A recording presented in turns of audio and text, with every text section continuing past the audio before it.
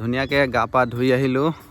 চকু একেবাৰে ৰঙা হৈ আছে, কালি টোপনি ক্ষতি যিহেতু ভেলাঘৰত থকা নহ'ল, বৰষুণ দিলে ভালকৈ হোৱাই নহ'ল।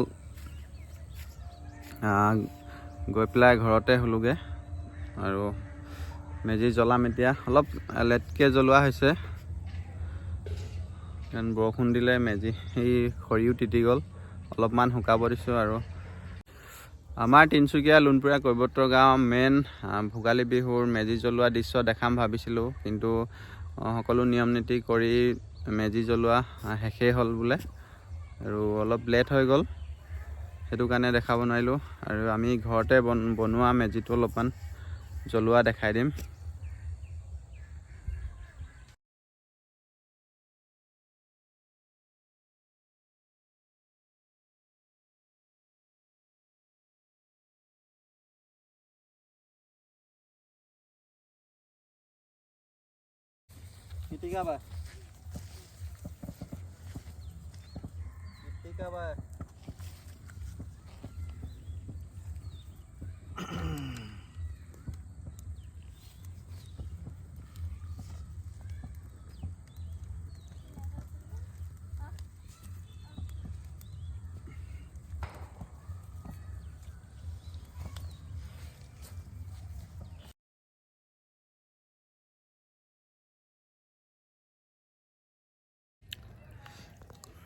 মেজি জ্বলি শেষ হৈ গ'ল আৰু মেজি লৈ লৈ ভোগালী বিহু জলপান খাই আছোঁ।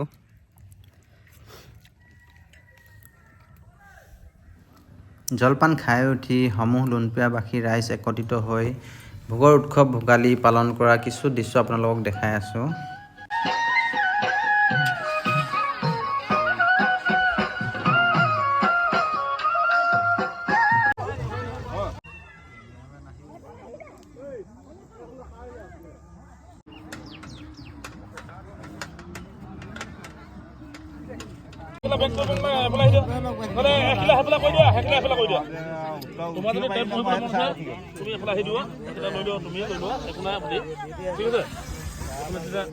ভাল হৈ থাকিব।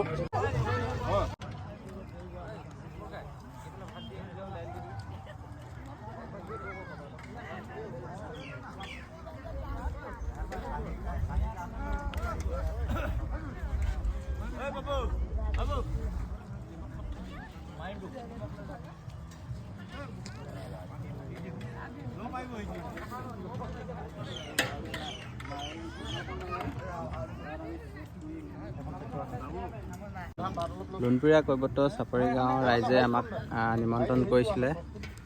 নিমন্ত্ৰণ ৰক্ষা কৰি আমি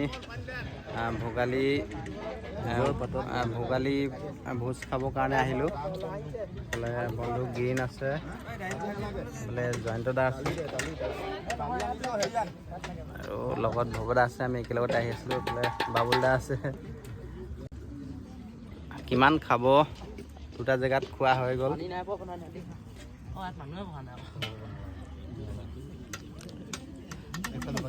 তেওঁলোকে ধুনীয়াকৈ আয়োজন কৰিছে। মাটিমাহ দালি, এইফালে বাহু মাছ, এইফালে মাছৰ মাথা, কবি আছে আৰু এইফালে হাঁহ মাংস, কোমোৰা, এইফালে চালাড ধুনীয়াকৈ দিছে।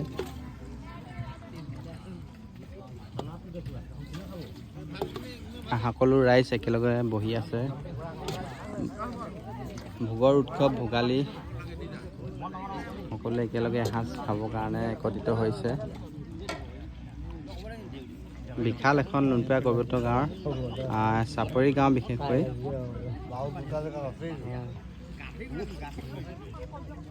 আমাৰ আৰু এটা জেগাত নিমন্ত্ৰণ আছে, গৈ আছোঁ। ইয়াত খাই লওঁ, তাৰপাছত তালৈ গৈ আছোঁ। মানুহখিনি খাওকচোন।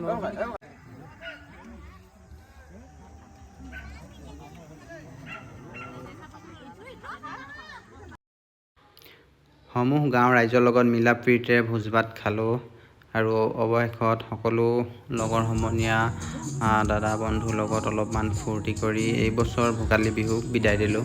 ধন্যবাদ।